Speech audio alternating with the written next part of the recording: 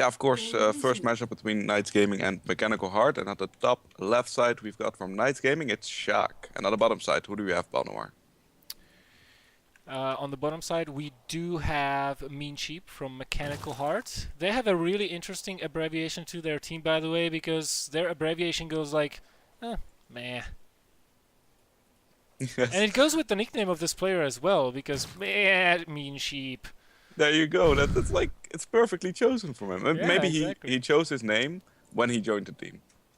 Could have been, could have been. Could have been. Interesting thing. This is a PVZ, of course, and we are going to be seeing an in-base pylon, so most probably Gateway expand. A lot of these have been cropping up recently in Heart of the Swarm because, you know, with the Mothership core, you're perfectly safe. You can, with decent micro, you can hold off a 6-spool even without blocking your ramp. So, not that 6 spools are all that common, but sometimes it happens. Usually on the ladder, though, not in leagues because people tend to play a little bit, you know,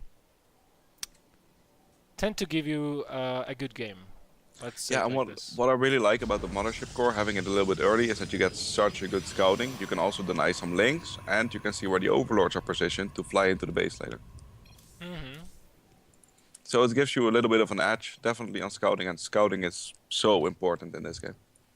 It is. Some people go as far to say that StarCraft is a game of denying information and gathering information, and whoever can gather most information while denying the information to his opponent or feeding him wrong information usually wins the game. And Yes. that's not to say that those are mind games. That's just, you know, forcing the player to prepare for 2 or 3 things at the same time instead of just preparing for the exactly one thing that you're doing. Yeah, with a game, you know, a strategy game, almost any strategy game, it's also a game of making the good decisions. And one of those is just which units are you gonna make, which composition do you have, and by scouting you can make the perfect composition. So that's something that's so important. You're completely right.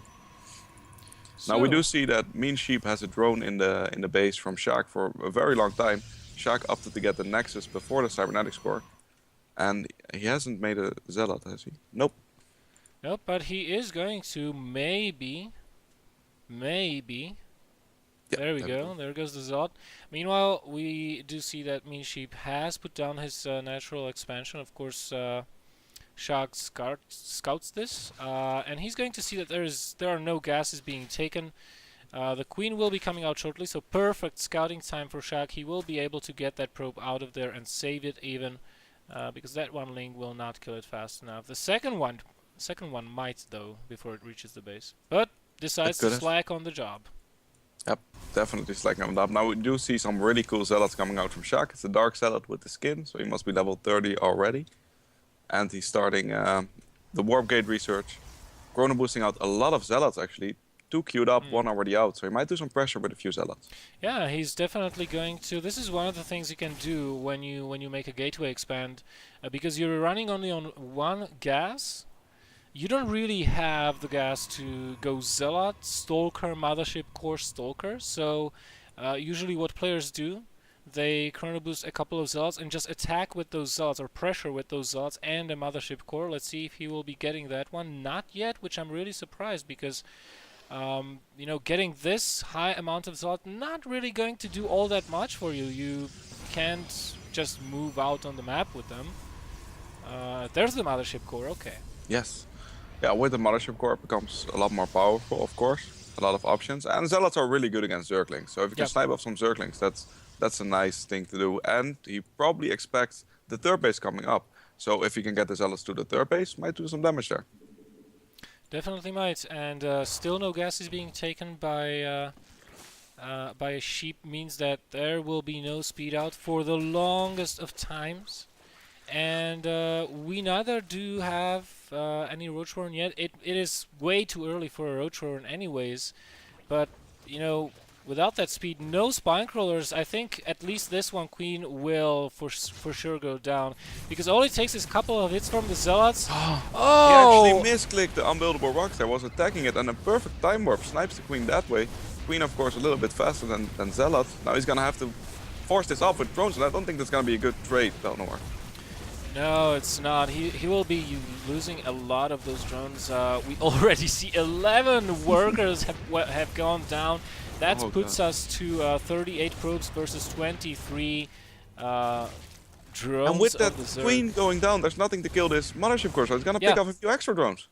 The queen from the main is forced to come down, but the bases are not connected with creep yet, so it's going to take her an outrageous amount of time. Even spore crawlers going down. Yes. But more zealots are coming in because meanwhile gateway warp gate research finished, and we already do have a proxy pylon here. We have +1 on the way as well, so any reinforcing links, if any will be able to get here actually, will be so cost inefficient versus these zealots, and more warp-ins will be continuing to happening. We are on 3 gateways. A Stargate is being built behind this, so I mean, Yeah, Stargate behind us, and these zealots are doing so much damage. One queen goes down, 2 queens go down, and now the drones are fleeing for their life once again. I think he's gonna take down so many drones right now. Some of them are fighting against the zealots, but man, that's not cost efficient at all. The hatchery might even go down at this point. oh, it will. It will. I mean, all it takes is one more warping of zealots. More are coming in, a little bit. But we do have a Void Ray follow-up to this. So I mean, the Yeah, Zerg is down to 21 drones. He does not want to waste them, and Void Rays are coming in. All the queens have been killed. There are no spore crawlers anywhere. So even if this gets cleaned up, which it will not, the Void Rays will just kill everything else. This really shows that +1 zealot just tear through Zerglings. And I think he wants to make a mana nexus. He does. Oh my god! Oh Oh my god! 2 of them Two going nexuses down. One cancelled. Oh look, he's being even a gentleman, letting those links through, canceling the nexus. You know, when those nexi finish, he's completely walled this off.